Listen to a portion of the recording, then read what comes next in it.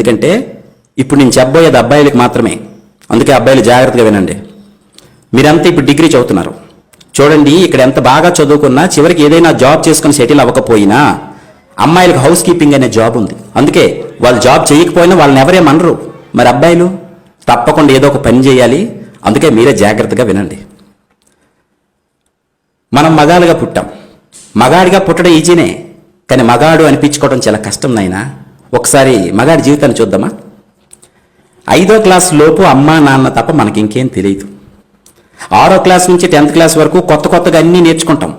పుస్తకాల్లోని పాఠాలన్నీ చదివేసి మనకు మనమే గొప్పోడిగా ఫీల్ అయ్యి అమ్మా నాన్నకి ఏం తెలియదు అనుకుంటాం. నాన్నకంటే నేనే తెలివైన వాడిని అనుకుంటాం.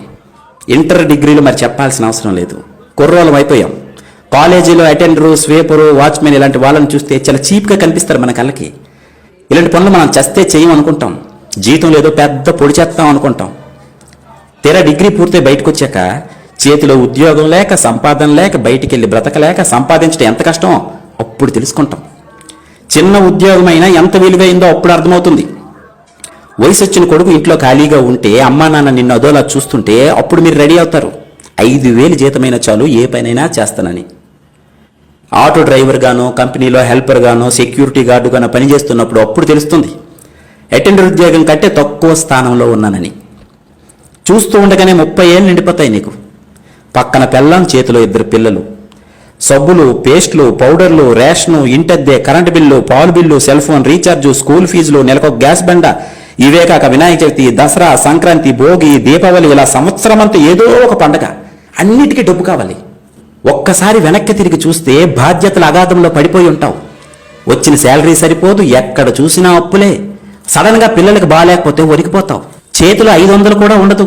జీతం రాగానే ఇస్తాను, 500 ఫోన్పే చేయరా అని క్లాస్మేట్ ఫ్రెండ్కి ఫోన్ చేస్తావు. డబ్బు సంపాదించడం ఎంత కష్టమో తెలుసుకుంటావు. ఇప్పుడు కాలేజీ రోజుల్లో అన్నీ నీకే తెలిసని ఎగిరిపడే నీకు 30 ఏళ్ళు నిండితే గానీ అసలు జీవితం అర్థం కాదు. అంతలోనే నీ పేరెంట్స్ ఈ లోకం విడిచిపోతారు. అప్పుడు తెలుస్తుంది నీకు జీవితం అస్సలు విలువ. కూలి పని చేసైనా నీ తండ్రి నిన్ను ఎలా పెంచాడో గుర్తు చేసుకుంటావు. ఊరంతా బలాదు తిరిగొచ్చిన అమ్మ ఎలా భోజనం పెట్టేదో గుర్తొస్తుంది నీకు. అప్పుడు ఏడుస్తావు బయ్యో. తొక్కలో లవ్వని అమ్మాయి వెంట తిరిగి అది మోసం చేస్తే ఏడ్చావు చూడు, అసలు అది ఏడుపే కాదు. అమ్మా నాన్న పోయాక ఇప్పుడు వస్తుంది చూడు, ఇది అసలు ఏడుపు. తెల్లారితే ఈఎంఐ కట్టాలి, అప్పులు వాళ్ళు ఫోన్ చేస్తుంటారు, సమాధానం చెప్పలేక ఫోన్ స్విచ్ ఆఫ్ చేసుకుని పడుకుంటావు. కానీ నిద్ర పట్టదు, ఇంట్లో కూరగాయలు ఉండవు. నీ దరిద్రం చూసి భరించలేక అప్పుడు నీ పిల్లం ఒరే చేతకాని దద్దమ్మా, పడుకోవడానికి తప్ప ఇంకా దేనికి పనికిరాని ఎదవు నువ్వు అని నిన్ను పక్కింటోడితో పోల్చి పొడుస్తుంది చూడు, అప్పుడు వస్తాయిరా మీకు నడుము నొప్పి, మోకాలు నొప్పులు. నవ్వకండి, ఇది నిజం. ఇదే జరుగుతుంది మగాడి జీవితంలో.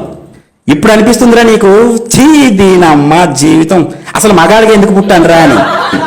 పెళ్ళం మీద కోపంతో ఫ్రెండ్స్తో కలిసి మందు తాకడం తప్ప ఇంకేం పీకలేవు నువ్వు. నీ కష్టాలన్నీ సిట్టింగ్లోనే ఫ్రెండ్స్తో షేర్ చేసుకుంటావు. అప్పుడు నిన్ను ఆదుకుంది 10వ 12వ సహాయం చేసేది క్లాస్మేట్సే. అందుకే గ్లాస్మేట్స్ ప్రతి మగాడికి చాలా అవసరమైనప్పుడు ఆదుకుంది వాళ్ళే. మగాడిగా పుట్టిన తర్వాత ఈ కష్టాలన్నీ తప్పవునైనా సంపాదించాల్సింది నువ్వే, పెంచాల్సింది నువ్వే, దొబ్బులు కాయాల్సింది కూడా నువ్వే. పండక్కింట్లో అందరికీ నువ్వే కొత్త బట్టలు కొంటావు, నువ్వు మాత్రం కొనుక్కో. ఎందుకంటే నీ దగ్గర డబ్బులు ఉండవు, ఎప్పుడు ఆ పాత బట్టల్లోనే కనిపిస్తావు. అప్పుడు తెలుస్తుంది నీ నాన్న ఎప్పుడు చిరిగిపోయిన బనియన్తో, అరిగిపోయిన చెప్పులతో ఎందుకు అలా సింపుల్గా కనిపించేవాడో. ఇప్పుడు అర్థమవుతుంది. నువ్వు నాన్న అయితే గానీ మీ నాన్న అంటే ఏంటో నీకు అర్థం కాదు. 30 ఏళ్ళు నిండిన తర్వాత సడన్ గా చదువుకునే టైంలో బెల్ కొట్టే అటెండర్ గానీ, వాచ్మెన్ గానీ నీకు రోడ్డు మీద కనిపిస్తారు. చిన్న ఉద్యోగమని, తక్కువ జీతమని హేళన చేసి నువ్వే ఈరోజు అతన్ని ఎంత ఆప్యంగా పలకరిస్తావో చూడు. నీకంటే అతను ఎన్ని రెట్లు గొప్పవాడో ఇప్పుడు నీకెవరో చెప్పాల్సిన అవసరం లేదనుకుంటా. కాలం అన్నింటికీ సైలెంట్గా సమాధానం ఇస్తుంది సోదరా. ఇది అర్థమైన రోజు నుండే నువ్వు బ్రతకడం ప్రారంభిస్తావు. ఇక నుండే నీ అసలు జీవితం మొదలవుతుంది. ఇవన్నీ ఏ క్లాసులోనూ మీకు నేర్పరు తమ్ముడు. ఇక నుండైన వయసులో పెద్దవాళ్ళైన మీ నాన్నని, అటెండర్ని, వాచ్మెన్ని తక్కువగా చూడటం మానేయండి. గౌరవించడం నేర్చుకోండి. God bless you all.